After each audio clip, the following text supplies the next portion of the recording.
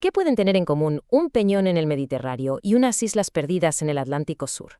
Pues a simple vista parece que nada, pero ¿y si os dijera que ambos fueron el peón en una misma estrategia política desesperada? Hoy vamos a analizar esa conexión tan particular basándonos en un capítulo del libro A 40 años de la Guerra de Malvinas, una mirada diferente. Esa es la gran pregunta, ¿verdad? ¿Qué une a Gibraltar con las Malvinas? La clave, como nos explica el autor Ángel Manuel Ballesteros García, no está en el mapa, está en la política, concretamente en una estrategia muy específica que usan ciertos regímenes cuando están, contra las cuerdas. Mirar, para desenredar todo este lío vamos a seguir una hoja de ruta muy clara. Primero, vamos a definir qué demonios es eso de la técnica de la coyuntura. Después, nos vamos a la Argentina de 1982 para ver cómo se aplicó en Malvinas. Luego saltaremos a la España de Franco para entender por qué Gibraltar fue algo distinto, una especie de válvula de escape. Y al final, comparando los dos casos, veremos por qué un mal cálculo puede tener consecuencias devastadoras. Venga, empezamos por el concepto clave de todo esto. La técnica de la coyuntura. Podríamos pensar en ella como el manual de supervivencia de un régimen que se ve al borde del precipicio. Haber explicado de forma sencilla. Un gobierno autoritario lo está haciendo fatal.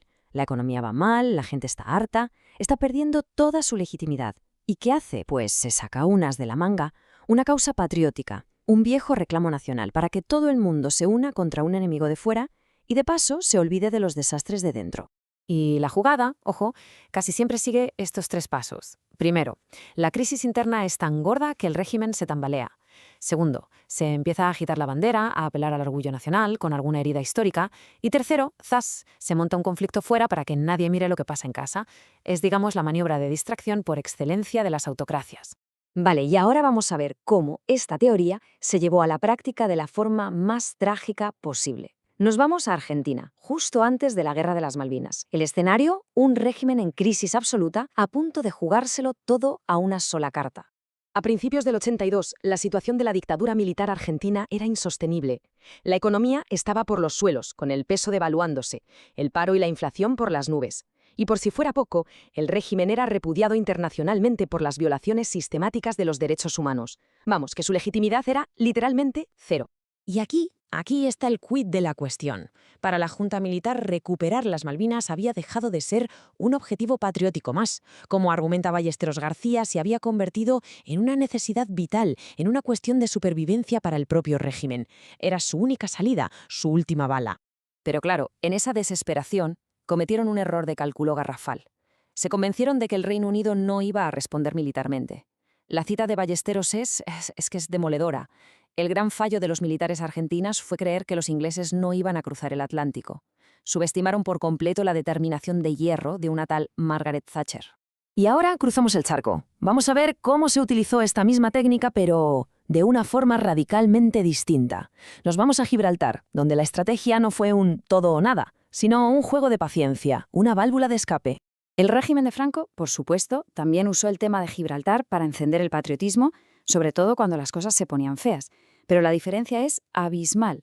Para Franco, Gibraltar era una válvula ocasional de escape. O sea, una herramienta para soltar presión interna cuando convenía, pero jamás una solución final que implicase ir a la guerra. Y esta frase, que al parecer Franco le dijo a su primo, lo resume todo a la perfección. Gibraltar es una fruta que ha de caer madura. Qué diferencia, ¿eh? Aquí no hay impulso, no hay desesperación. Lo que hay es una estrategia a largo plazo, una paciencia calculadora, que buscaba evitar el conflicto directo a toda costa. Es la cabeza fría frente al arrebato de la Junta Argentina. Bueno, pues ya lo tenemos. La misma técnica, pero aplicada de dos maneras totalmente opuestas. Vamos a ponerlas una al lado de la otra para que las diferencias salten a la vista y, sobre todo, para ver los resultados. Es que la comparación es brutal, fijaos. En Malvinas el objetivo era la supervivencia pura y dura. En Gibraltar, una válvula de escape controlada.